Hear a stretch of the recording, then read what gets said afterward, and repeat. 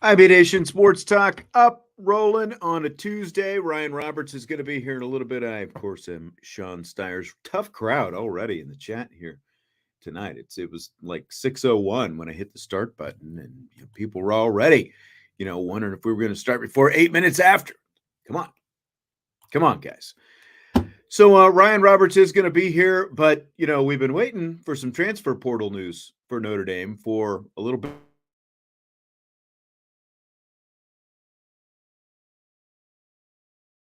What you expect, though, but former Central Michigan running back Jake Tefelsky transferring to Notre Dame. He's going to be a preferred walk-on.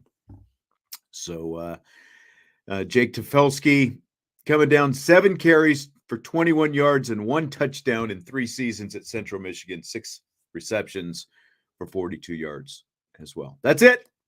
Still could have some expectation that there could be some names going in the portal that we haven't heard yet.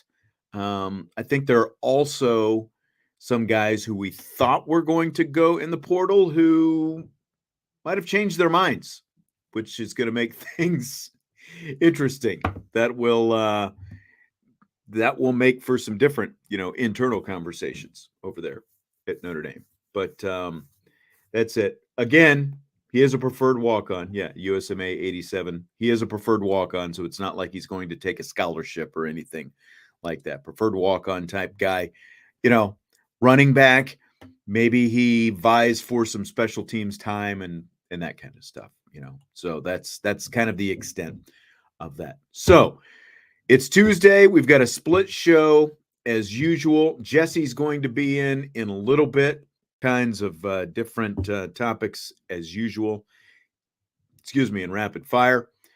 Ryan had some things going on this evening, so we did have to record Ryan's segment.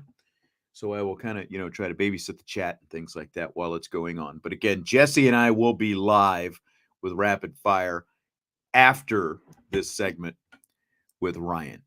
We had to record earlier this afternoon.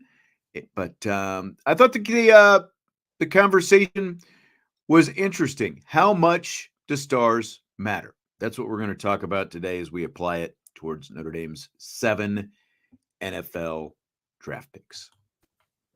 All right. So Ryan Roberts is here, and it's been a while since we were actually together, like rolling. Yes. Like we're supposed to be rolling.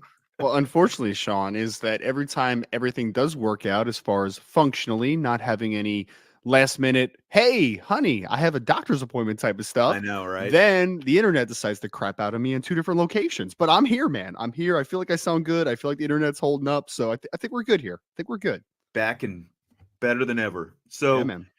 So you do, you obviously do double duty. You cover the NFL draft. You cover Notre Dame football recruiting for us. And I was thinking after the draft this weekend and then like the Dallas Golden commitment, are you kind of like a kid coming down off a sugar hype right now? Like what's this like a couple days out here?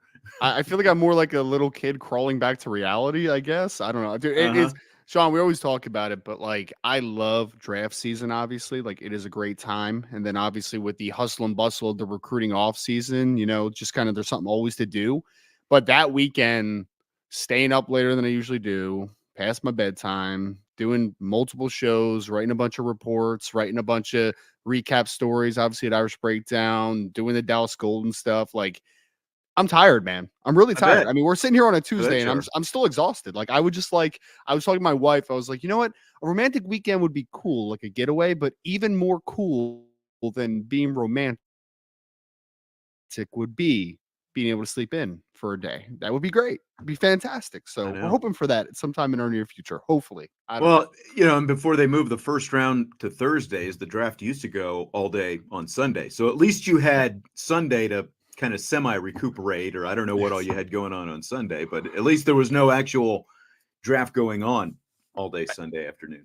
I just feel like there was a need that like I feel like I need a vacation, right? But then you can't take a vacation because now the coaches are back on the road during the evaluation period and players getting offered, and it just never ends, man. I mean, this is the trade-off we get, right? To be able to be lucky enough to cover football. I mean, football is a year-round 365 thing nowadays. Like, it's not what it used to be, and there's always something to talk about, obviously, which is why I'm here.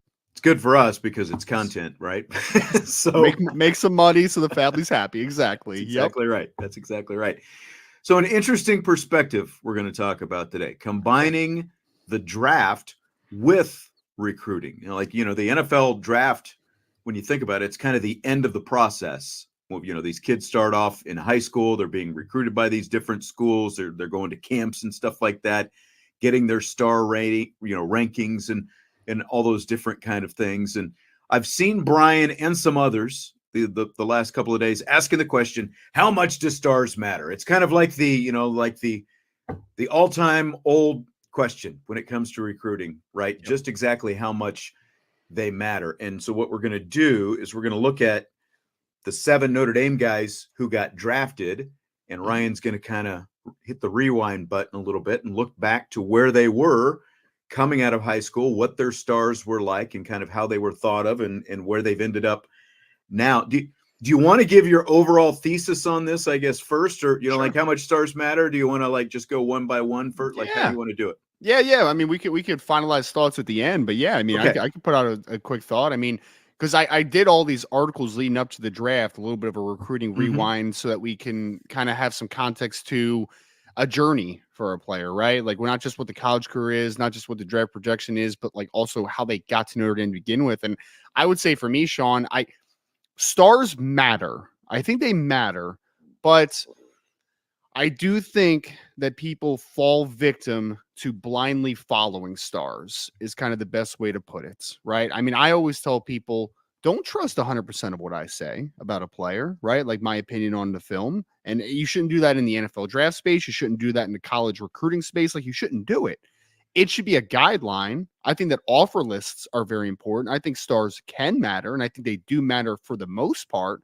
But I also think that there's a lot of context that stars miss. Like, if I look at Joe Alt, and I know we'll start with Joe Alt here in a minute, but like if you just look at his star ranking and stuff, you would be hard pressed to project him to ever be a top 5 overall NFL draft pick. But you'll lose the context of why he was a 3-star recruit by 2 platforms, right? Like how he got to that point. So stars are great context. It's a part of the puzzle. He was a 2-star by 2 different platforms? 3-star. He was 3-star. A 3-star by 2 different platforms. Yeah. So I think that it's all about gaining as much information as possible, right? The stars matter, combined with the offer list, combined with what your film evaluation is, right? And so I think that it loses context for me because we blanket the stars, a 3, a 4, a 5-star, and we forget that these kids are 16, 17, 18 years old, where the projection forward, I don't know about you, Sean, but I was much different physically at 21 than I was at 17. I don't know, much different, right? Absolutely. So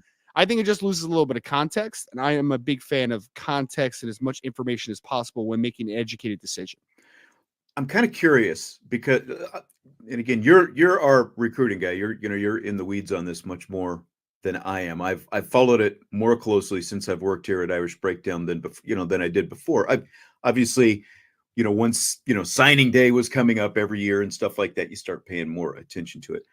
I heard an interview with a guy a few months back. I can't remember which of it's like one of the 2 bigger platforms in our industry. I don't want to say which one, but what he was saying was, like, when it comes to 5 stars, they only gave out 32 5-stars per year coming out of high school. Now, I don't know if all platforms do it that way, if it was this specific one. I think that is or was a Rivals thing, I believe. That is what that system I knew it was one of those 2, but, again, I couldn't remember exactly which one. That's why I didn't want to say. And that's which is and I know you're not throwing shade at them, right? And hearsay and all that type of stuff, but it is very flawed, though, Sean. It is, right? Because, I mean, like, I cover the NFL draft space. There are not 32 NFL draft picks that are legitimate 1st-round players every single year. There's just not. I mean, most years there's between 15 to 19, like somewhere in that ballpark. And then the last X amount of picks in the first round are going to be second round graded players that you have. Like you rarely ever have 32 first round draft picks. You're rarely ever going to have 32 5-stars in a given year. Like that's, again, I think there's context there because that's how their system ran. But I do think there's a flaw to that system, obviously. Oh, for sure. I mean, for a couple of reasons. And you're right. I'm not throwing shade. I'm just, one, trying to show there are only 32, there were only 32 5-stars. And the reason it's 32, there are 32 NFL teams. And so what they, the way he explained it was we give 32 because we're projecting, of this recruiting class, these are the 32 guys who we think could be a first round NFL draft pick within 3 to 4 years, essentially. Now, you can obviously talk about how that system is flawed because of what you started off with about, how you are much physically different at 20 and 21 than you were at 17 and 18 coming straight out of high school. So just trying to project that, like using that as your basis in terms of how you're giving out those very select 5-star rankings. I mean, there's just some inherent flaws, I think, in that system. And I would also say this is that I give a lot more leeway to people that evaluate in the recruiting space compared to the NFL draft space, because I think it's much harder to predict an outcome from a 18-year-old to being 22 than a 22, 23-year-old to being 25, 26, right? Like the projection forward, the development. I mean, that naturally just that development's going to be a lot different from you're a teen into your early 20s. Like your body's going to go through a whole lot more than what a college player at the age of 22, 23 is going to be when they're 25, right? Like there's just not as much of a transformation physically. So I do think it's harder projecting high school players to college players. I think it's much harder than college to NFL because I just think there's a lot more of a developmental arc that you're working through at that age, if that makes sense. I mean, yeah. I mean, obviously, just by going to college, you have played over the course of your college career a much higher level of competition than when you were in high school. Like I was joking with Vince about the offensive tackle from Yale that the Bears took in the 3rd round. Karan Abagaji. Yes. Karan Abagaji. And that last name pronunciation, I wasn't even going to give it a shot. That's why I just said the tackle from Yale. But, again, like, okay, so he's played a little bit higher level of competition at Yale than he did in high school. But what I remember having the TV on when he got drafted, and this is still a pretty big guy who, Ivy League competition compared to what he's going to see now in the NFL and like where the Bears drafted him. It's like, okay. All right. You have to take a leap of faith on some of those kids. Again, like the evaluation process for Karam Abagaji specifically, because he's a really good sample, right? He's a really good case study, is that he has all the athletic gifts to make that jump, right? That's why you feel better about investing a top 100 pick in Karam Abagaji compared to maybe another FCS offensive lineman, because you can't teach 36 plus inch arms, right? You can't teach 6'5 plus. You can't teach 320 with just a physically well put together lower half, right? So I actually really like the pick. I know that there's probably some people out there that's like, that's a little bit of a wild card, right? There's a little volatility to that one. And I would agree with that. But like that kid, if he's developed properly, he's got a chance to be a really good player, man. Sure. And he could play guard. But if I'm the Bears and I need offensive line help relatively quickly, I don't know if that's the direction that I want to go. That's very fair. That's very fair. He's definitely because he's also coming off a quad injury that cost him most of the draft process. So if you're depending on Karan Abagaji in 2024, it's probably not going to be a great investment. But if you're investing into the long term of year 2, year 3, year 4, then I think that's where it works out for you. Right. Okay, so let's look at some of these Notre Dame guys, and we are going to start with Joe Alt. And I think what's interesting about Joe Alt, like actually, I think 4 of the 7 who were drafted from Notre Dame played a position in high school other than the position he was drafted at coming out of Notre Dame. Yeah, and obviously, I mean, we know the story, right? Coming out of the state of Minnesota, he was a high school tight ends, was listed around 250, 260 coming out, and he obviously had the big weight transformation. But when I was looking back at it, Sean, I mean, everyone knew he was going to play offensive tackle. I mean, if you talk to Joe, he also knew he was going to play offensive tackle. He wasn't going to be a tight end. I mean, his junior year, I couldn't find senior year stats, but his junior year, because I think that COVID impacted his 2020 season. But 2019, he had 17 receptions for 143 yards offensively. He was obviously there to be a blocker more than anything, but he did catch the ball a little bit. But when you look at the recruiting platforms, 247 Sports was the highest on Joe Alt. They had him as a 4-star recruit. On 3 wasn't a thing at that point. So you had the 3 major platforms, ESPN, Rivals, and 247 Sports. 247 had him as number 180 overall player in the country, number 20 offensive tackle. So pretty good by them in the 2021 class of having him as a 4-star and a top 200 player. Good on them. But again, this is where context comes in a little bit. I actually understand why recruiting platforms were a little bit lower on Joe Alt because it's a massive projection, right? That kid's got to add 40 plus pounds to his frame. And I just want to, to mention the weight because Brian Kelly was at the draft and he was on one of the shows before the draft last week. And he told someone, I can't remember, again, like you watch so many shows, I can't remember exactly who. He says that Joe Alt was 220 when he showed up at Notre Dame. It seems like that seemed like a classic Brian Kelly. I'm gonna, kind of, add to the fishtail basically and make myself sound even more impressive because this guy is, a first round pick now. But BK is just lucky that Joe Alt wasn't at the draft live because he would have walked past him like all those LSU guys walked past him without even saying hi to him. But that's another conversation for another day. That's another conversation. But Sean, I understand why, and it's a great point, right? He's a very undersized guy. He wasn't physically ready as a high school senior, like we see some other high school seniors where it's like that guy you could drop him in and he could play today. Joe Alt was about development. It was about upside as an offensive tackle. It was a position that was very new to him, a position that he had not played. Now, you thought with his dad, John, and the tutelage there and the athletic traits, you're like, okay, he could probably do it long term, right? But it was still a question mark, which is why I cut ESPN and Rivals some slack here. They had him as a 3-star recruit in that class. So we had one platform with a 4-star rating, number 100 player in the country in 2021 recruiting class, 247 Sports, and then the other 2 had a 3-star. So context to it, but we did have 2 out of the 3 major platforms had Joe Alt as a 3-star recruit for the people that love the stars. Yeah. I do have to think that having a dad who was a 2-time Pro Bowl player, offensive lineman with the Kansas City Chiefs, and people did see, like that's got to factor into people's thinking a little bit. It has like, to. It has, because projection matters, right? Like projection matters. I mean, when I talked about with the NFL draft space conversation, look, I think that when you're evaluating a player, you're trying to eliminate risk as much as possible. And how I eliminate risk with Joe Alt is simply size, length, good film. All those things are true. But then when you throw in the NFL bloodlines, that's where it comes in, right? Where you're just like, we're just checking boxes. So I think knowing that John Alt actually went through a similar thing. I think he was a defensive lineman early on in his Iowa career before he transitioned off offensive line because he also needed to add weight to him. So when you kind of figure out the background and know that his dad was an NFL offensive lineman, I think it makes it a lot easier to project. I do. I mean, there's some guys that it's like, that's major. Like Emil Wagner's one, right? That we keep talking about where it's like, I have no baseline to know if Emil can put on the good weight other than him having a pretty long frame. Joe Alt, it's like his dad was a NFL offensive lineman. Like he'll probably get there eventually with the genes. Yeah.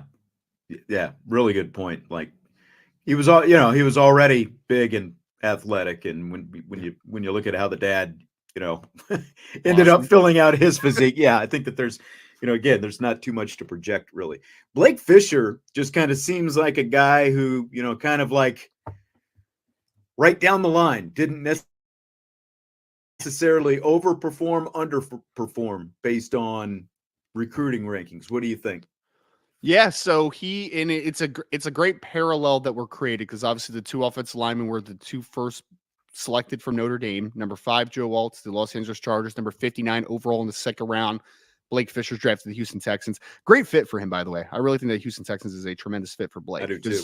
They actually have a need at right tackle, and they're an ascending program, ascending organization. So I think he'll do well there. But everyone had Blake as a 4-star except for who was it? It was Rivals. Rivals, I'd had him as a 5-star recruit and the number 26 overall player in the 2021 recruiting class.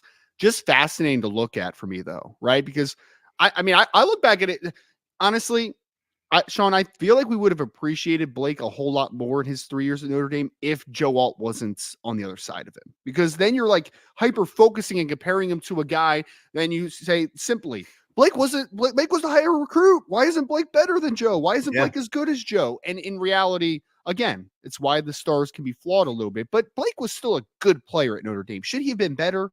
Yes, I think he should have been better just based upon physical talent.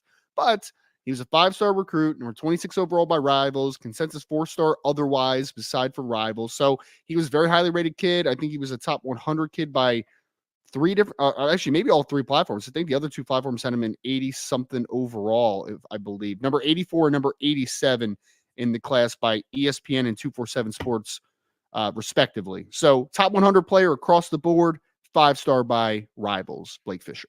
Yeah. But of course, the interesting twist there is the fact that Fisher got hurt right away.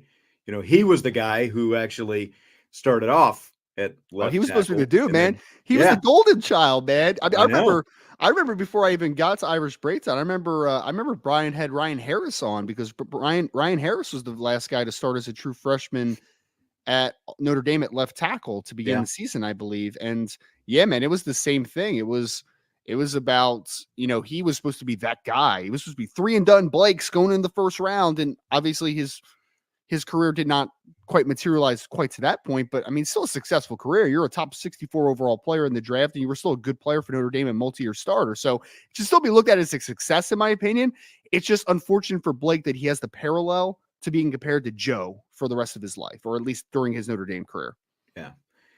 You talk about a crazy path that a guy took to get to the NFL, from high school to the NFL. Maris Leofau, a 6'2", 175-pound cornerback in Honolulu coming out of high school. And he turns into a, I think he's what, like 6'3"-ish right now. So he's grown a little bit, but he's, over 230 pounds now, playing linebacker, headed to the Dallas Cowboys. Like what? That's, again, it's. Can I have some quick thoughts for you, by the way? I mean, we haven't talked about him with being a Cowboy. How do you feel about that? We did yesterday. Yesterday. Okay. I'm just. You want a more immediate return, right? Because it's a little bit of a. I realize it's easy to take what I'm saying as, like knocking on Maris. The Cowboys obviously valued Maris. They didn't have their next pick until late in the 5th round. They really wanted Maris Leofau. They sent Mike McCarthy, to Notre Dame's pro day to look at him.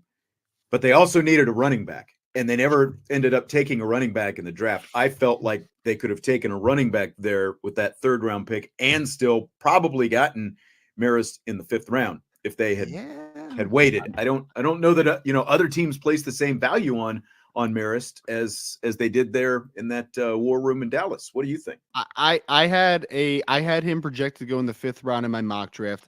I hadn't heard anything as early as the 3rd round, Sean. Like I'd heard some people say potential 4th round ish type of guy, but I had more heard in like the 5th round range. That's kind of what I was comfortable with. So yes, 3rd round took me by surprise. There's no doubt. And to your point about the Cowboys, I know they just signed Zeke, reunion there, I guess. I don't know. I saw the eye roll there, but I mean, you guys were in a decent situation though, as the Cowboys, because there was a fall of running backs in the class. I mean, the first one didn't go to the 40s. There were a lot of running backs still available there in the 3rd round. Exactly. Yes, exactly. So yeah, it was a little bit of a weird one because especially I thought if you were going to take a linebacker, because I thought they needed a linebacker because they signed Eric Kendricks, obviously, who's a stopgap for a minute, right? But then otherwise, I mean, it's like Damone Clark and DeMarvion Overshone. It's we need somebody, right? We thought they were going to take what's his name, the NC State guy. Peyton Wilson. Oh, I forgot he went before Peyton Wilson. That's wild. That's wild. I know. I'm sorry. I don't mean to laugh, but that's wild, man. I didn't even think about that. That's crazy. That's actually crazy. It is. But it was a very interesting career path and career arc for Maris. Obviously, he was the talk of, I remember 2020 when they made their playoff run, they played Alabama. Maris was a redshirt freshman at the time. And Sean, I thought he was one of the few guys against that Alabama offense that year that was Mac Jones and Devonta Smith and Najee Harris and a really good offensive supporting cast there. he was one of the few Notre Dame defenders that I would say was playing at a speed similar to those guys. There was other positions, like, all due respect to Sean Crawford, great dude, great player, a good player at Notre Dame, but you could see the difference in speed when Devonta Smith is working at the perimeter compared to a Sean Crawford. Maris Loifau was moving at a pace where it's like he could play with Alabama. He could play there. But then gets injured the next offseason, supposed to be his year. And the next 2 years are just, you saw flashes of it, right? You saw some moments where you're like, that is different. That's a different type of athlete. But then there's other situations where just like, I don't think he saw that play correctly. I think that he was in the wrong spot. So it was a very weird career arc, because when you look at his recruiting platform, he was a consensus. Actually, wait, no, got it wrong there. 247 actually had him as a 4-star. They had him as a 4-star and the number 26 linebacker in the class. The other two platforms had 3-star ratings on him. So he's a 4-star by one platform. He did have a good offer list, though. Notre Dame, USC, Oregon, Utah, Washington State, Arizona, amongst several others. So, like, he had some of the Pac-12 big guns that were after Marist as well, out of obviously out of the state of Hawaii. But he was another guy similar to Joe, 1 4-star ranking, 2 3-star rankings. That's what Marist Loifau was coming out of the state of Hawaii. Interesting. Yeah. Again, Mike Zimmer had a lot of good things to say about him. I love Mike Zimmer. Oh, he's a great defensive mind. Yeah. Great defensive mind. I love Zimmer.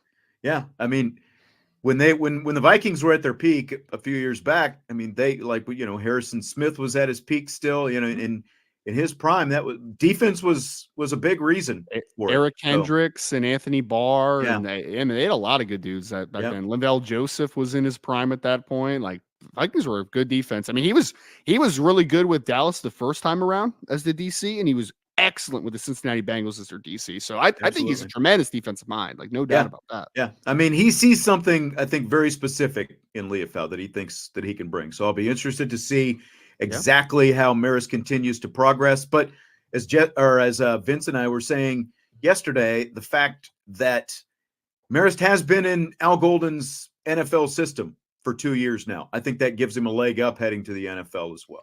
Well, I don't know if you saw the draft video of him when he was talking to, it was Jerry Jones, and I think Mike McCarthy came on after. The phone call? The phone call. Yeah. And he said, they said something about when he was on his visit, he really impressed them because he could tell him what everyone was doing on the defense, like every single person. And again, man, I think that Marist needs to process a little better, but a lot better typically. But I mean, he obviously is clearly a very smart kid who has a lot of athletic upside. There's no doubt about that.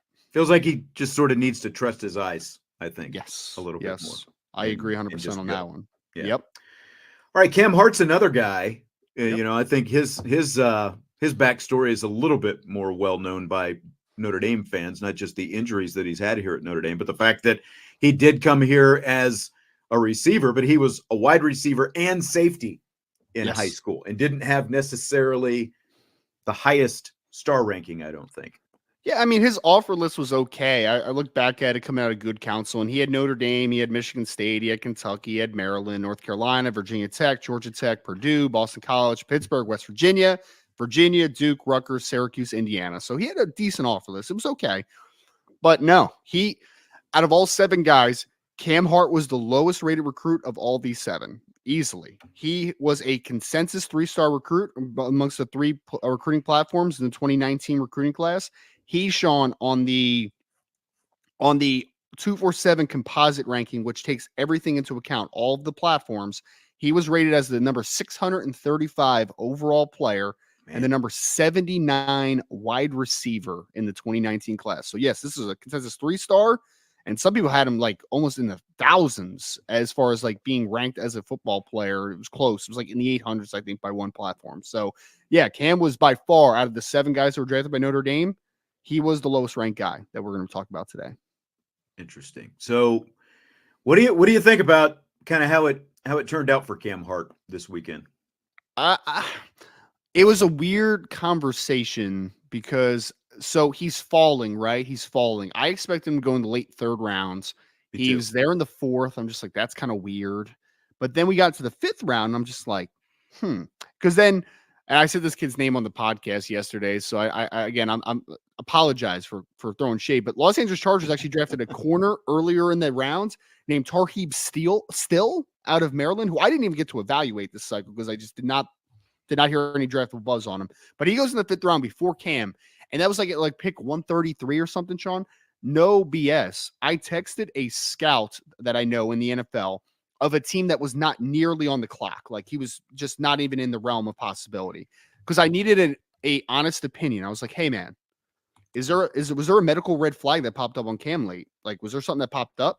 And he said, Sean, actually, let me get this word for word so that people know I'm not, just BSing here, I guess. Right.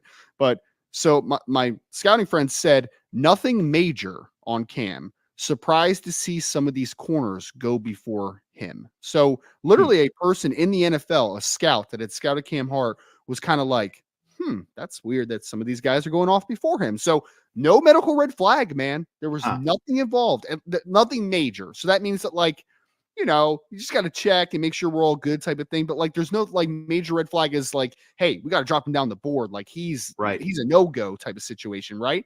But for whatever reason, I don't know if it was scheme dependency or if it was something else interrelated, but for whatever reason, the NFL seemed to be a little bit lower on Cam, at least when draft day came compared to where we thought they would be when the draft officially started. So it was a little bit of an odd situation, a little bit odd. For sure. I thought so as well. And then JD Bertrand goes in the 5th round back to his hometown Atlanta Falcons. JD going before Audric Estime was not in my bingo card. No. I did not think that was going to happen. I thought that JD was going to go probably in the 6th round. So he went around a little bit, about a round earlier than I thought he was going to be, right? But it was just an interesting situation because I felt great for JD because who drafted him? Atlanta Falcons drafted him. Where's JD from? He's a Georgia guy, right? He's a Roswell, Georgia guy. Didn't go to Roswell High School, but he's from Roswell, Georgia. When you look at his recruiting ranking, Sean, it's pretty interesting, man. So he was a 4-star recruit by both 247 Sports and ESPN. Rivals had him as a 3-star. But, I mean, both those platforms had him as a 4-star. He was number 18 linebacker by 247 Sports, number 28. He was the number 18 linebacker by 247 Sports and the number 28 player in the state of Georgia in the 2019 recruiting class. And for people that don't know, Georgia puts out some talent, man. It's a pretty good thing to be, right? Top 30 player in the state of Georgia. For sure. Of course, he originally committed to Georgia, eventually ends up with Notre Dame. He had Notre Dame, Georgia, Florida, Florida State, LSU, Tennessee. Here's my take on JD Bertrand, which I said in an article, I believe, after he actually leading up to the draft. I think coaches like JD more than fans like JD. It's kind of the best way I'll put it. Sure.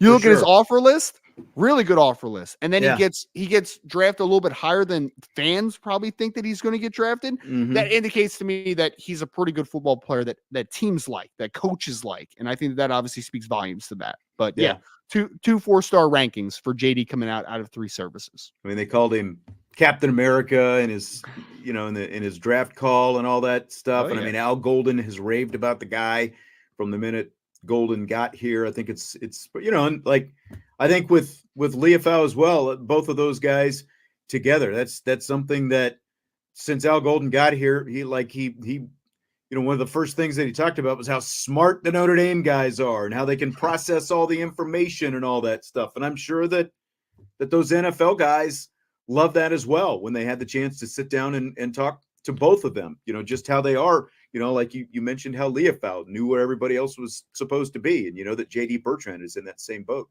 Well, I think it's the communicator thing, obviously, as a player, to your point, right? It's the leadership qualities that we'll always talk about with JD. But I also think that we've missed the boat on some things with this for people is that we're not just investing millions of dollars into a football player. You're also investing into a person, right? And JD Bertrand's a great person. So productive football player, really smart kid, and also a really good person as well. That's typically what gets drafted pretty high. Yeah, for sure. Now, you mentioned Estime and the fact that you didn't think that Bertrand would go before Estime. It just, when you look at this draft, no running backs go in the 1st round. And it was just a draft where running backs were obviously not valued. Yeah, it was weird, wasn't it? I mean, we've been hearing for years that running back keeps getting devalued, but proof's in the pudding, man. I mean, Trey Benson doesn't go to the third round. I thought he was a really talented player who had a great process. Audric Estime falls to the fifth. I mean, guys fell in this draft. Bucky Irving from Oregon, who didn't test well, like he fell. Braylon Allen didn't go to the fifth round, I believe, or fourth round. So, yeah, guys fell, man. Guys fell in this draft. And I think Audric Estime has always been kind of underappreciated, it seems, doesn't it? I mean, because like in the recruiting rankings, for people that don't know, he had a crazy senior year here in New Jersey. He had over 1,800 yards and 22 touchdowns in only 8 games, averaged 9.8 yards a carry, just absolutely bananas production. But he was a guy, Sean, that like he didn't have a crazy rise in the recruiting rankings until really late. It was 247 Sports and Rivals ended up having him as a 4-star player. And Rivals actually had him as high as number 131 overall player in the 2021 class and number 6 running back. So like they ended up being pretty high on him. But if you remember, it wasn't like that the whole process because he was a Michigan State guy. Not many people talked about him. And then eventually he got risen to that heights. But even ESPN had him rated as a 3-star prospect in that class as well after having an 1,800-yard season in 8 games. And gets really good competition in the state of New Jersey, too. Like, New Jersey plays good football. All people want to throw shade at me and Jersey guys and all that type of stuff. But, like, New Jersey plays good football, man. Yeah. So, Audric was underappreciated for the most part as a recruit. Started rising early. He was underappreciated early on in his college career and then rose early, right? Because he ended up being a tremendous player his final year at Notre Dame. And I feel like he was underappreciated as a draft process. And you know what's next, Sean? We let this happen. 2 of the last 3 years, we have let a really good running back out of Notre Dame fall into the 5th round. You would think the NFL would figure out their mistake at this point after what they just did with Kyron Williams 2 years ago. But absolutely, they did it again, man. And I think that we're going to be looking back at this in a few years and be like, dang, Denver found a steal in Audric Estime. Who would have thought? Who would have thought? I know. I think he's going to have a really nice NFL career. And the fact that he's going to go in there, he's going to split reps. Javonte Williams is there. At least we would think that he's going to split reps. He'll probably, some situational type stuff, whether it's goal line with that big body and everything. It's going to be really good for Audric Estime. Agreed. So then the last Notre Dame player selected, Javonte Jean-Baptiste, in the 7th round by Washington. And of course, a 1-year Notre Dame guy, the only transfer on the list that Notre Dame ended up being drafted. This was a guy who was an outside linebacker in high school and obviously ended up playing, big defensive end for Notre Dame in his 1 year here. So he is the 2nd highest ranked recruit of every recruit that we've talked about today behind Blake Fisher. He was considered on the he ended up as a top 300 player on the ESPN final ranking, but he was a consensus 4-star across the board. Everyone had Javonte Jean-Baptiste as a 4-star recruit. Aside from Blake Fisher, nobody else can claim that of the players we talked about today. And he chose Ohio State. His offer list was wild, man. Looking back at it, Tennessee, Texas A&M, Nebraska, Virginia Tech, Wisconsin, Baylor, Pittsburgh, Boston College, Purdue, UCF, Rutgers. I mean, it was a long list of really good schools that wanted Javonte Jean-Baptiste coming out of the state of New Jersey. Obviously ended up with the Buckeyes. I was just really happy for him, Sean. I was really happy because he was on the cusp of draftable PFA range, somewhere in that ballpark, right? And he ended up getting drafted, and you feel great about it because, one, he lands into a pretty good situation with Washington. If you look at Washington Commanders' depth chart of defensive ends, it's not great. It's not great. I mean, I could definitely see Javonte 1 making the team. And if you told me Javonte Jean-Baptiste is a rotational player for them in like 2 years, I wouldn't be shocked at all about it. So I was just happy for him, man. He is a feel-good story for what he did with Notre Dame his 1 year, and then obviously making himself a draftable football player with his 1 year as well. So just really happy for him. But again, if we circle back to the conversation of like how much stars matter, right? Your 2nd player drafted was the highest recruit in this class, and your last recruit was the 2nd highest in this class, right? That's true. So, I mean, I'm just saying, man, like if we really kind of just pencil this down, there's some legitimate conversations of like, yes, stars matter, offer lists matter, but at the end of the day, man, every school is different. And Notre Dame is one of the schools that is a traditional high school to development team. Yes, they're involved in the transfer portal like every team needs to be. But traditionally speaking, 6 of the 7 guys we talked about today are homegrown Notre Dame recruits. Let's develop them. Let's figure it out, right? The only one is Javonte Jean-Baptiste, who was obviously 5 years at Ohio State. So I think that we can deduce, bringing it back to the thesis, does it matter? Yes. Do we overrate it? Absolutely. Absolutely, we overrate the stars system. Yeah. We do. I mean, the bottom line is not everyone's going to be a 5-star. Not everyone's going to be a 4-star. You start off with more of those guys as your base, you're going to be in a better situation. But guys develop at different rates. And as we went through that list, guys change positions when they get to high school or when they come from high school and they get to college as well. And that can obviously affect one way or another their development. But like you look at where Notre Dame is right now, Brian Kelly runs a developmental program. Luke Fickell, of course, now at Wisconsin, formerly at Cincinnati, runs a developmental program. Marcus Freeman worked under both of those guys. And Marcus Freeman, I think, came in with a great blueprint of a developmental program. And I think we're just going to continue to see more and more Notre Dame guys going up higher in this draft process over the next few years. I think so, because I think it's going to be a collaborative it's going to be a cycle of Notre Dame has always done a pretty good job at developing most spots, right? Like we'll talk about like wide receiver needs to get better, quarterback needs to get better, but like in its entirety, they develop offensive linemen really well. We talked about tight end historically, defensive line, they've done a pretty good job. Linebacker, they've done a pretty good job. They're starting to develop corners at a much higher level. When we kind of take the Notre Dame onus on development and merge that with Marcus Freeman taking chances at times with more high upside players. I think that was the biggest thing with Brian Kelly sometimes was Brian Kelly a bad recruiter? No. But I do think that he put a ceiling on how good his recruiting could be at times because he took some guys that I think you would call more high floor, low ceiling players at times in recruiting worlds. Yeah. I don't think that Marcus Freeman does that. I mean, if anything, he might take a few too many swings at times. I mean, if we want to be nitpicky, right? And I mean, because like even some of the guys that you're just like, I'm not sure I love that take. It's like, at least you're taking upside with it, right? At least you're taking athletic traits. So yes, if Notre Dame can develop as well as they typically do, combined with more high-level talent, or at least more high-level upside of talent, I think Notre Dame has a chance to be very good. And then the next step, to your point, is going to be draft implications or after that, because now you're talking about how more high upside athletes. All right. Great stuff as always. A lot of really interesting, unique perspective there from Ryan. Good to see you. Very unique guy, man. I appreciate you. Yeah, well, that's right. That's right. Anyone whose nickname is Squirrel is definitely a unique guy. So find out, of course, all the Ryan stuff at irishbreakdown.com and head to the Champions Lounge as well. Did I make you blush there? No, I'm just thinking about DK and Salty going wild in the chat, and I can't even help myself. That's right. That's right. All right, Ryan's out. Jesse's coming in because it is rapid fire time. Indeed it is. There he is. Jesse, are you ready for some rapid fire? Let's do it. That's why I'm here. I actually had myself unmuted as I made that transition. I'm pretty pleased with myself at that. It's interesting. What transition? It's interesting that Ryan, something that he said there at the end, because I think it applies. I start up this question from Carberry Q earlier, and I wanted to start with this.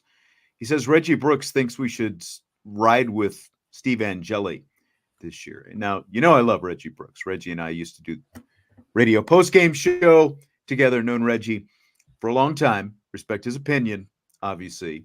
Great Notre Dame football player. But I think that Steve Angeli basically represents something that Ryan said there at the end. High floor, low ceiling. Like if you're going to ride with Steve Angeli, that's what you're going to get. Like high floor, low. Did I say it right? High floor, low ceiling. I don't think that the ceiling is high enough for a program that has college football playoff aspirations and even bigger this year with the roster and the talent that they've got on this roster. What do you think? Yeah, I mean, we've kind of talked about this, I feel like, before. Steve Angeli can do what Drew Pine did a couple of years ago. He can win you all the winnable games.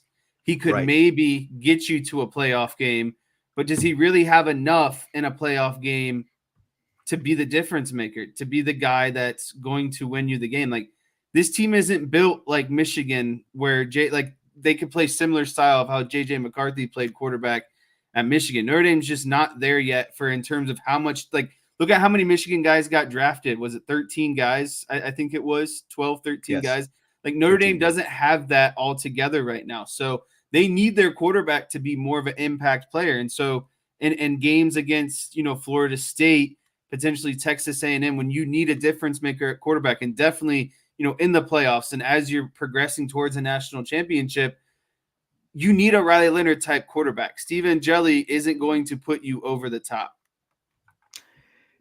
Riley Leonard has a high ceiling still. And when you're talking about knocking the ceiling off, Riley Leonard, I think, is going to be the guy who ultimately has the much greater chance to get you there. Steve Angeli, solid quarterback, but I don't think that the ceiling is high enough because of those games that you're talking about. When you're talking about winning the big games, now there aren't that many big games during the regular season, but when you're talking about winning those games and winning playoff games, that's why you have. But that's the thing. Do you want to just be let down in the playoffs, assuming you do make it there? Do you just want to get to the playoffs, or do you want to win the playoff games? Because Riley Leonard was brought here in large part to win the playoff games, to advance through the playoffs, not just get to the playoffs. Right.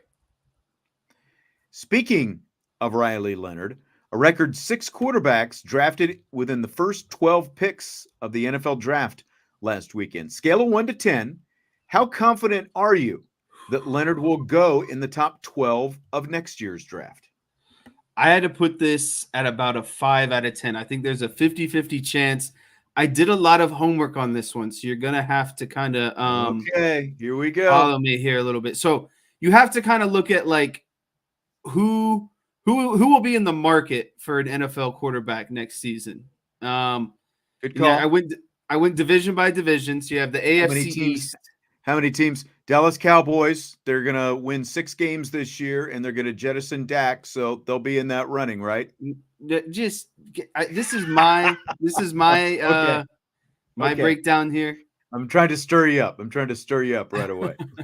So I got down to long story short, I got down to a list of about what I believe 6: the Dolphins, the Jets, the Browns, the Titans, the Cowboys, and the Giants. I think those are got the Cowboys on the list. 6 potential teams that would be looking at getting a quarterback next year in terms of, who they have on roster, if they just drafted one, etc. Right? So that of those 6 teams, I think realistically it boils down to the Titans, the Giants, and the Jets.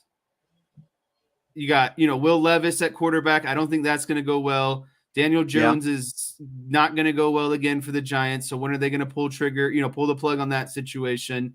And then in the Jets, I just don't know with Aaron Rodgers, right? Like, yeah, he's supposed to play, but you don't really have a backup plan. So I could see them potentially taking a quarterback. And the reason why I got to those final remaining 3 teams is because I don't think that the Dolphins, the Browns, and the Cowboys are going to lose enough games to be in the top 12 picks next season. And they all obviously have quarterbacks, at least for right now, who are, 2 of them, like the Browns just made that big trade and gave Deshaun Watson a lot of money, even though Watson was injured for he can't stay, he can't stay healthy. It's still I don't know how long they're going to let that go for. Dolphins have a high flying offense, but there are still questions about Tua. So that's going to be something to watch. And obviously the Cowboys and the Dak contract situation is there as well. But I think that DK makes a really good point. 6 crap teams just took a quarterback, and they'll all be drafting early again next year. And I mean, that's what happens. If you end up at the top of the draft, it's probably because your quarterback situation is not very good, right? Right. So that's what I'm saying. Like, of those teams remaining, that's kind of where I was boiling it down to, of like the Jets, the Giants, and the Titans all potentially have bad quarterbacks, and they all potentially are going to be teams that didn't already have, a high quarterback in this previous draft, essentially. So that's where I leave happens it at. To the Bears when they win 5 or 6 games next year, and are they talking about a quarterback again next year? Oh, that's a question coming up. we started off. DK, I think, said his confidence was 1 that Leonard would go in that top 12. And John Kristofik was a 10. So we're going to have varying degrees. The bottom line is, I think that Riley Leonard, when this season shakes out, now this is assuming health, because that's obvious to me. That's really the only question with Riley Leonard is the health. Is he going to be past this ankle and now foot injury that's gone along with it as well? If he is healthy, I think that his talent is going to have him right up there in that conversation. Like with just like Mike Denbrock and Jaden Daniels this year, I think you're going to see Mike Denbrock and Riley Leonard next season. I think Leonard is going to be evaluated as one of the top 5 quarterbacks who are draft eligible for next season. And all of those, every year it happens, no matter what. Again, because if you're drafting up at the top of the draft, it's because your quarterback situation is probably not the best. I think the Giants and the Jets are 2 of the top, contenders probably for next year already. So I think Leonard, assuming he's healthy, is going to be evaluated as one of the top 5 quarterbacks in the draft. So my confidence level is an 8 that he ends up being drafted that high in the top 12 was the question. But I like all the extra detail that you put into your work there. Yeah, and I don't see Riley Leonard as a top 5 quarterback going into next season. So you combine the fact with, I think there's really only 4 teams that might be looking at quarterback. So that means, is he a top 3-4 quarterback? Right now, I would say no, but I think he has the potential to play himself in the top 3 or 4 into next season. Actually, I'd even go so far to say right now, I think Benjamin Morrison is likely to go higher than Riley Leonard is in next year's draft. Wow. You could put that one on paper with Bold today's take. date. I think Benjamin Morrison will be drafted higher than Riley Leonard next year. Okay. All right. I need to find some paper and write that down. D. Troll Hunter, Riley Leonard comp is Josh Allen. What do you think about that? You like that comp? I do like that comp. I think Allen may be a little sturdier. Talent. Yeah, stronger, and not as strong of his arm, but similar type of game. Yeah. I think fairly similar, but like, again, if you nitpick, like little here and there, I think that's not a bad comp at all. So the hit rate on NFL quarterbacks drafted in the first round is 46%, defining a hit by a player who signs a second contract with the team that drafted him. So my question to you is, which of the quarterbacks picked in the first round of this year's draft do you think is most likely to be a hit, and which of them is most likely to be a miss? I'm going to exclude Michael Penix from this conversation because I think just because he's not going to play this year, probably. Yeah, I think he's at a little bit of a advantage. I think he has a smaller kind of sample size, so I didn't really include him. I think that Caleb Williams is going to have the highest chance at being successful because I think he's coming into one of the best roster situations in terms of what's around him. He has DJ Moore, Roma Dunze, who they just took 9th overall, Keenan Allen, Cole Kmet. Like, that's a pretty good backfield. You start looking at Jaden Daniels, he'll have Terry McLaurin, Jahan Dotson, Zach Ertz. Drake May is going to have a crappy combination in New England that's going to be led by like Hunter Henry and probably Jalen Polk, who they just drafted. I think really who rivals the most for Caleb Williams at the top is actually going to be J.J. McCarthy because he's got Justin Jefferson, Jordan Addison, N'Keal Harry, and T.J. Hawkinson. Like, that's a really good offense as well, and I would say probably a little bit more proven. So I think it becomes between Caleb and J.J. for, who's going to have the highest chance of success. And then in terms of the least amount of success, I just think it's going to be Bo Nix with the Broncos. I don't see the vision there. I don't think he's as talented as the rest of the group. He played in college forever. If he was, really that good, I feel like he would have came out of college by now. He needed kind of all that time in college. He's already pretty old. And there's just really nothing around him with Denver right now too. Like everything is kind of building from the ground up on that offense. So I'm going to go Bo Nix as the least successful. Yeah, it's hard to disagree with. I think that if I was going to do this as a ranking, first of all, Caleb Williams would be at the top. And I'm asking you because I knew that Vince could not give me an unbiased opinion, because he hates Caleb Williams so much. I know that he is obviously convinced that Caleb Williams is not going to be the guy for the Chicago Bears. I still think he's going to be pleasantly surprised. They've put everything around him except an offensive line. Now, their line is not atrocious, but it needed more help than what they gave it. I think they needed, I'm on record. They needed more investment in the offensive line and protecting Caleb Williams. But they got that big tackle out of Yale. Come on. Yeah. Well, yeah. We'll see how that works out. Not really sold on. Like, as a project, by next year, maybe that works out. I don't know how it works out this year for Caleb Williams, though. But I would put Williams at the top of my list.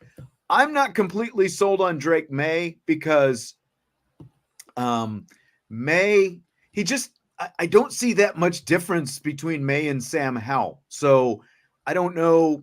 I think he's more of a refined passer than Sam Howell. Maybe. I don't know. I don't trust what's around him. There's literally a bunch of no names playing wide receiver for New England right now. That's a roster in need of an overhaul, and Bill Belichick wonders why he's on TV this year, But I would still put Drake May second. I would put Michael Penix third. I understand what you're saying. You're kind of taking him off the list because of the unique situation, but we're essentially talking, we're trying to project 5 years down the road. Yeah, I see what you're saying. Well, and I would probably put McCarthy third and then Michael Penix. But then I would put Jaden Daniels fourth out of the five guys. And then I would also put Bo Nix last in terms of my confidence in him, being. Wait, so who was your number two again? My number two, I've got after to go Caleb back. Williams. I still put Drake May second, even though I'm not totally. No. Did I put McCarthy? I put McCarthy second because I agree with what you're saying. D. Troll Hunter is saying BS, and he's saying he's he's Wilson, with a good quarterback coach and a lot of talent. Yeah, I mean, that's what you've got to factor into this. Now, it's basically all on for O'Connell up there, right? Like he's pushing all of his chips into the JJ McCarthy boat. I'm not totally sold on him, but he's got literally the best receiver in the NFL. He's really willing to roll the dice on rookie JJ McCarthy and let Kirk Cousins walk. And I know that also helps with the cap as well, but still, they're still willing to roll the dice that JJ McCarthy can be predominantly at the same level as what Kirk Cousins was. And that's the thing. I think that ultimately JJ McCarthy can have the kind of career that Kirk Cousins has had. Outwardly, in terms of actually winning playoff games and advancing, you're going to have the same conversation that the Cowboys and Cowboys fans and the national media has with Dak Prescott every year, but nobody's going to care as much because they're in Minnesota. So it's not going to be that much of a national story. He'll fly below the radar, just like Phillip Rivers did forever out there in San Diego. He had the same career as Tony Romo, but nobody cared because he was in San Diego. He was the Chargers quarterback and not the Cowboys quarterback. But so I don't completely disagree. I don't think that JJ McCarthy is that great of a quarterback, but he's got a quarterback-minded head coach and great skill position talent around him. He's got some of the best resources. Yeah. And Sean Payton thinks that he's the quarterback whisperer, but I'm with you. I put Bo Nix at the bottom, and D. Troll Hunter said that he was actually calling BS on Michael Penix, putting Penix where he is. I think that Penix has got an arm, and I think that ultimately he'll be okay in the long run. Do you want to make a case for Marist? You haven't had a chance to talk about Marist yet. I've talked about him on both shows so far. So the floor is yours if you want to make a case for Marist Leofau with that third round pick. Well, first I would just like to say that I thought that Maris would go a lot higher than what was projected.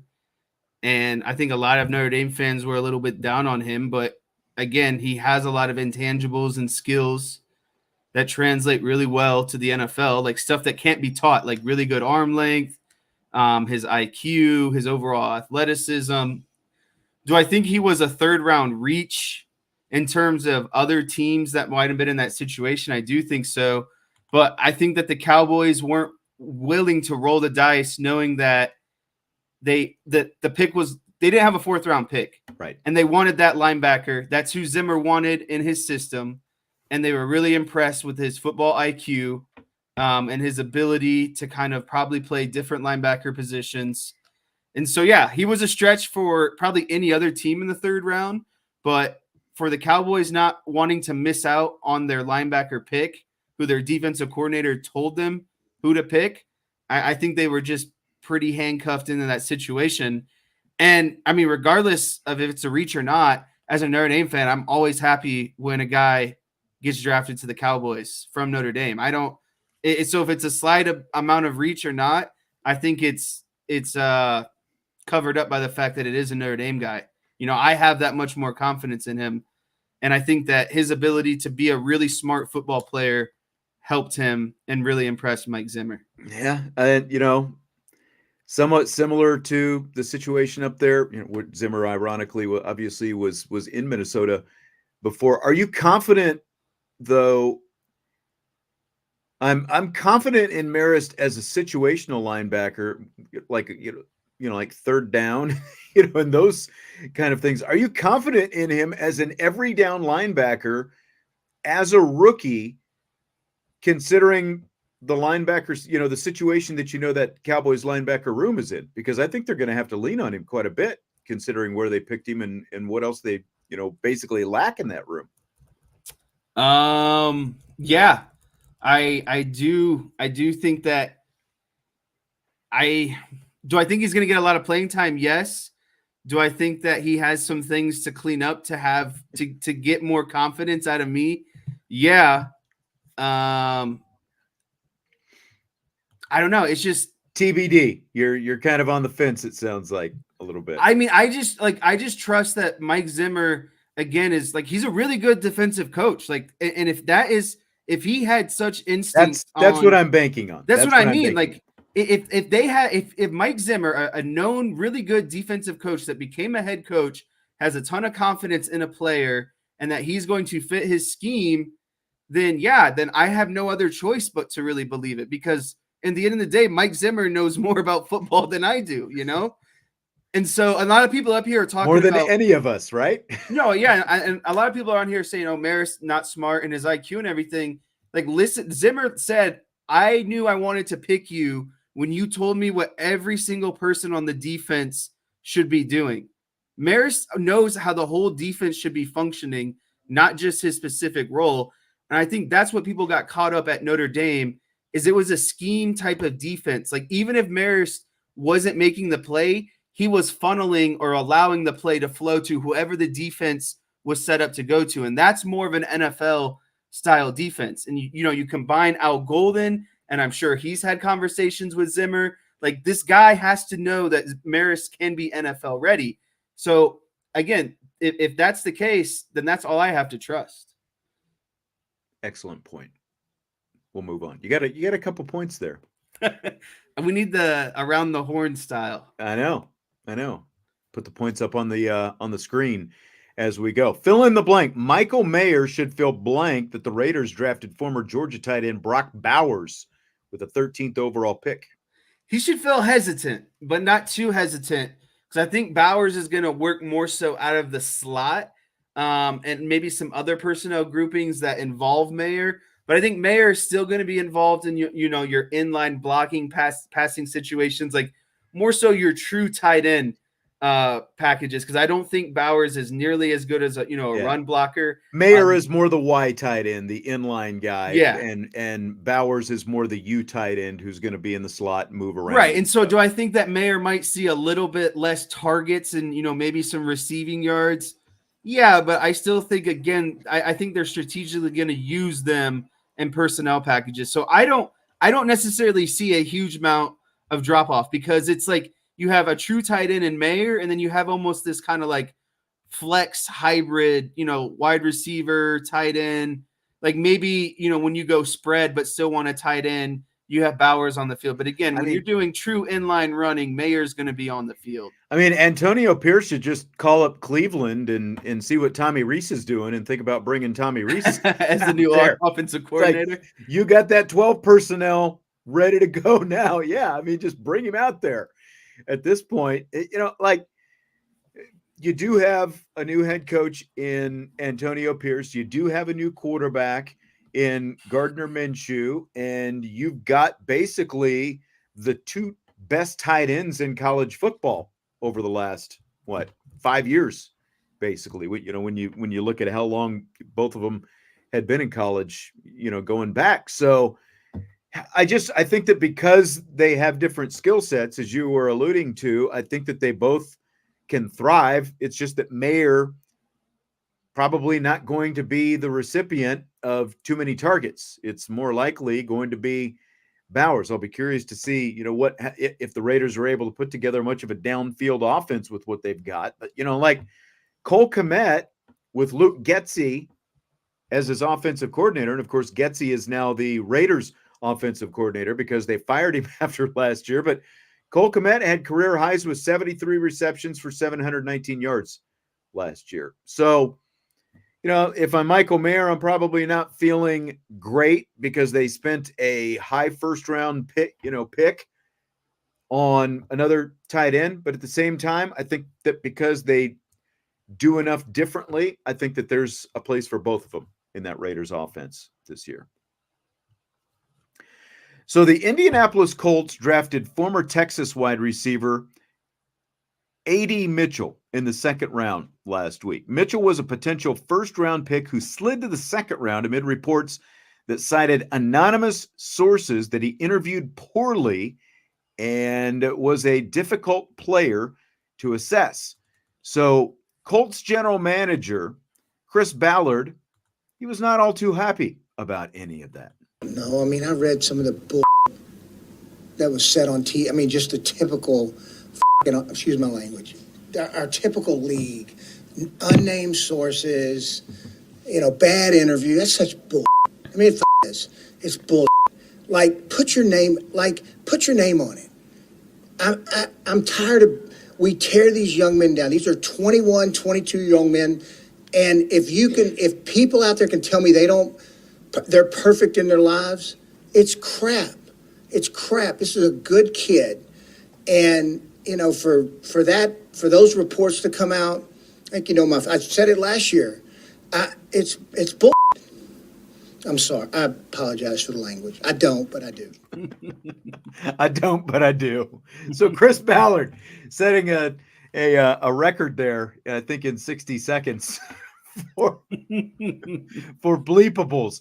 Fair or foul? What you heard from Chris Ballard there? No, I think what he's saying is completely fair because, we're talking about draft prospects, guys who range from, 20, 22, 23. If you're Bo Nix, maybe like 26 years old, and, you're still considered a young man, right? And so this is something that you have been working for your entire life, right? And so for an article to come out and ruin, again, something that you have heavily invested in and worked on your entire life, to come out and slander your character, there needs to be like point by point detail breakdown of resources, where you got your facts, etc. And you need to put a name on it because at the end of the day, you're the one costing this person potentially millions of dollars, again, and an opportunity at their goal that they've been working on for their entire career. And so to come out and make such slanderous statements, but not be willing to put your name on it, because if it does flop through, and then it comes back to you, then of course you would look like the bad person, right? So there's no accountability for this anonymous source had it not be something that's accurate. So if you want to post something so bold and outlandish that is going to be, potentially detrimental to another person's career, money, livelihood, then yeah, I do think that your name should be on it. I think you're right about that. And there is like the question comes to the use of anonymous sources, and you're absolutely right. Like if you like, this is something, as Ballard was basically saying, as he was bleeped out a million times, goes on all the time in the NFL in the draft process. Is different reporters have different contacts with different teams, and like these guys from the different teams start putting out this kind of information and basically slandering guys, and it costs them a lot, and on the one side, from a journalistic standpoint, you rely on anonymous sources because you're not always going to get the kind of information that you're looking to get, because people don't want to put their name on it. It's like you get like all the time. People don't want to put their name on it, but they're more than willing to give you the information. But I do think that when you are affecting someone else's livelihood the way that you are, I think that you should put your name on it. If you're willing to make those kind of comments that are going to be detrimental to someone else in that draft process, which means money. Every pick means that much more money. I do think that you should stand by it and put your name on it if you're going to put out that kind of information. Now, at the same time, did you see what Eric Ebron, the former Colts tight end, said in response to all of this? No, I didn't. So apparently he said that that Ballard basically cost him. Let me see if I can find it here real quick.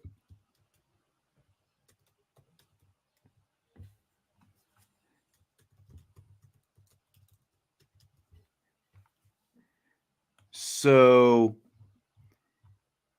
here's what Ebron, not a fan of Chris Ballard, called him the worst general manager ever. Wow. Here's what Ebron said on X. Chris Ballard, the same dude that trashed my name through the league. When I needed ankle surgery before the season, we lost the game to the Texans. I went on IR. He said I quit after playing, knowing I needed surgery. This is Cap, and he is the worst general manager ever. That's according to Eric Ebron. Now, I guess, Ebron obviously has his beef, but at the same time, Chris Ballard put his name to it, right? Like, he's not saying that. Yeah. You know what I mean? Like, that was, I mean, the whole point of Ballard's argument was, if you're going to say something, at least back it up with your own name. He did say it in that instance. In this case, Eric Ebron might not like it, but I mean, that was more kind of fact of matter, like, but again, it was all back to the source of Ballard and no one else. Right. Tough situation. Fill in the blank. It's blank that, according to the NFL Network's Ian Rappaport, former South Carolina quarterback Spencer Rattler's slide from possible second-round pick to the fifth round may have been because some teams didn't like the way Rattler acted when he was featured on Netflix's QB1 reality series back in 2018 when he was in high school. Let me ask you this real quick. Have you seen that QB1 series? I don't think so, but I want to say maybe an episode, but I'm predominantly leaning no. And to fill in the blank, I think it's a bunch of crap because, we're talking about high school, and I guarantee everyone listening and everyone partaking in this show right now was a little bit immature and did a little bit of stupid things, when they were in high school. That was 2018. We're talking literally 6 years ago. Yeah. And what would probably be, a time when young football players are the most immature because they're coming out of high school. They're a 5-star recruit. They're told they're the best quarterback in the country.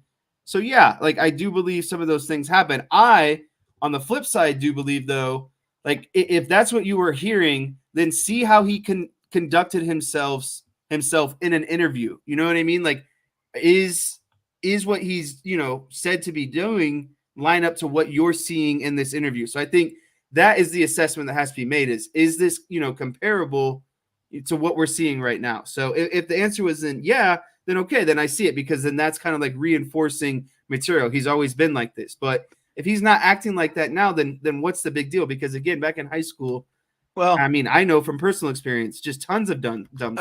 Irish Gordy Not says immature is one thing. Go watch those QB1 clips. Well, again, like Irish Gordy and Not, if someone was following you around with a camera in high school, is everything that you said going to pass the smell test 6 years down the road if you're up for a job interview or whatever it happens to be?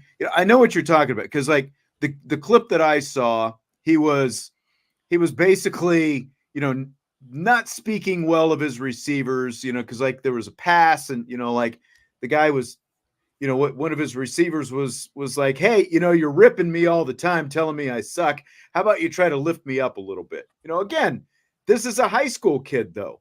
Like 6 years down the line, isn't that what college is supposed to be for? So that guys can mature. A maturity process. That's part of what that is all about. So if someone was really basing things on that, I think that and apparently, someone told Rappaport that was the case, so if you're basing it on that, I think you kind of need to reassess things. Now, the other side is Adam Schefter said basically the two teams who were the most interested in Rattler were the Falcons and the Broncos.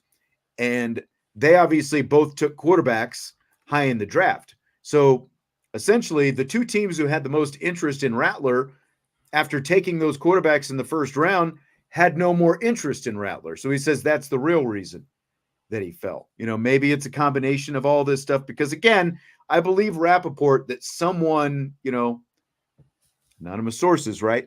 But that someone told him that, that was part of their evaluation process. But it seems like you would have sat down with that. Like if that was your biggest concern, that you would sit down with him and with other people, whether it's teammates, coaches, whoever it is, and talk to him about his interactions and those kind of things 6 years later, and not base it on something that happened 6 years ago in a reality TV show. Yeah. I have nothing further to add. Yeah, me either. Fill in the blank. It's blank that the NFL Today pregame show on CBS has replaced Phil Simms and Boomer Esiason with Matt Ryan. It's good business. And they took, and the reason why it's good business is I've seen this far too many times in my lifetime. This is a classic Jerry Jones deal if I've ever seen one. You take two guys who are probably high on payroll, high on, who you're paying, and you get rid of them and you swap them out for a brand new rookie guy that you're taking in the draft on a rookie deal. This is essentially what they're doing. It's a 2-for-1. You're wiping out, guys that have been here for a long time, taking up a ton of cap space because they got these big contracts, and you bring in fresh, rookie Matt Ryan, and he's going to be considerably pay cut. You know what I mean? For what you'd have to pay the other two guys, you get a fresh face in. And yeah, you just, I've seen this maneuver before. It's the old, dump the salary to get the younger, less salary. So it makes sense. I'm kind of excited for it too, because I thought CBS had honestly gone a little bit stale. Yeah. I think they had one too many guys in their booth, and I'd like to see a more fresh, young perspective out of Matt Ryan. Yeah, I mean, to me, I've said it before. They're kind of like Simms and Esiason. Their on-air personalities fairly similar. It's like the two old. Like, are you familiar with the Muppets? The two grumpy old men who sit up in the balcony. That's kind of what they always reminded me of. Boomer could be a little bit more personable at times, but just in general, it just felt like I agree. Like, they needed an injection of some new blood, because that CBS crew has always been pretty stuffy. Matt Ryan did a pretty good job on, doing games. He was on the, in the booth doing games last year for CBS, but I think that he'll be a good replacement for those two guys. So let me ask you, like, going into, let's rewind 3-4 months ago. It's a Sunday morning. You're rolling out of bed. You're getting ready for the 1:00 games. Who would you turn on to first and foremost for your NFL pregame show? Like if I'm just going Fox or CBS, basically. No, I'm talking all networks. Because you got ESPN's got one, Fox has one, NFL Network has one, CBS has one. So out of those 4, where are you putting CBS on your list? Dead last. Yeah, I'm putting them dead last too. My list is probably like Fox and NFL Network at 1, ESPN at the next spot, and then CBS last. Yeah, that's exactly what my ranking would be. Typically, when I get up Sunday morning, by the time like I want some NFL content, it's usually before noon. In the pregame show, those specific pregame shows start at noon. So I flip on the NFL Network before noon, and then I usually flip over to Fox once noon rolls around to see what those guys have got going on. CBS is literally an afterthought. The only way I'm watching CBS is if the Cowboys are on CBS and I have to watch the halftime show with whoever. Man, DK says replace 2 Super Bowl losers with 1. Well, just remember, DK, Jared Goff will be in there at some point, and the guy who almost they'll get won another a couple Super Bowl times. loser. Yeah, that's right. 4th place king. Yep. Meanwhile, now speaking of moves to TV, recently retired Eagles center Jason Kelce reportedly going to ESPN's Monday Night Countdown show. Rate that move on a scale of 1 to 10. It's a 10 out of 10, and it is just solely this is what we call in a lot of professions the personality hire, right? Like and that's not a knock on Kelce because he does know football, but I mean predominantly we're bringing in Kelce because of, again, just how out there he is. He's not afraid to be unequivocally himself. There's no moment that's embarrassing for Jason Kelce. So again, I just think it overall enhances the show, adds a lot of personality, and it will provide some good, unique football perspective as well. Yeah, I think so. And I hope what this means is we'll get to see, because usually when you go to work for ESPN, they put you through what they call the car wash, like you're taking part in other shows and stuff like that throughout the week. So I hope that means like he's on NFL Live and maybe the McAfee show from time to time or something like that, even though like the McAfee show is typically a little different just because of the fact that they pay their guests and all that different kind of stuff like Belichick and Rodgers. But like scale of 1 to 10, I think it's a 10 for Monday Night Countdown. For Kelce, like personally, I wouldn't have minded seeing Kelce go to one of those other shows we were talking about, whether it was Fox or CBS, because I feel like, there's a lot of personality on the Fox show, but like Strahan is the youngest guy on that show at this point. Matt Ryan's going to be the youngest guy on, the CBS. Well, I guess Nate Burleson is on that CBS show though now as well, but like he's going to inject a ton of personality no matter where he goes. So I think it makes the Monday Night Countdown show a heck of a lot more interesting with him in it. I think it would have made any of the shows more interesting just by him being in it. So I think it's a great move. Slam dunk. I think that's it. Have we touched everything? We have touched everything. And then some. You know what? Everyone's talking about, earlier. I went back and read some comments while I was on my little, pedestal. I'm not talking myself into this Maris pick. I think that Maris was purposely selected, and I'm going to trust Mike Zimmer that he's going to get the job done. I mean, you don't have a choice at this point, right? No. The fact that they were confident enough to go with him. I guess I'm just more so confused. Like, if you're Notre Dame fans and you were on the fence about Maris, like, and you are a true fan, how does this not kind of validate that, hey, maybe, while Maris was at Notre Dame, he did some things wrong, but clearly they see, potential that he can be really good. Like, Maris never played linebacker before he got to Notre Dame. He was a safety and a wide receiver, like the talent is there. Like, think about Drew Tranquil. He ended up being a great linebacker. Similar thing. He played a ton of safety. I just think he had more success at linebacker earlier than Maris did. So I'm all in. My freaking my Notre Dame guy is a Cowboy. I'm going to get a jersey, and that's how it's going to go. Oh, you're going to get a jersey, huh? So you're going to get a Marist jersey next season? Is that what's coming? I'm all on board now. You're not going to go back to a Zeke jersey or anything like that? Nope. Nope. Give me the guy that's on the rookie deal for at least like 4 years. All right. Well, that's going to do it for tonight. Appreciate you being here tonight. A lot of good stuff. Thanks to Ryan earlier. And of course, thanks to Jesse. As always, we'll be back tomorrow working on something for Thursday. I'm still trying to get it nailed down. So I'll let you go, let you know how that goes. Maybe tomorrow. Might have some news about what's going to be going on with Thursday's show. So hit that like button before you leave because we always do appreciate it. And we will talk to you tomorrow on IB Nation Sports Talk.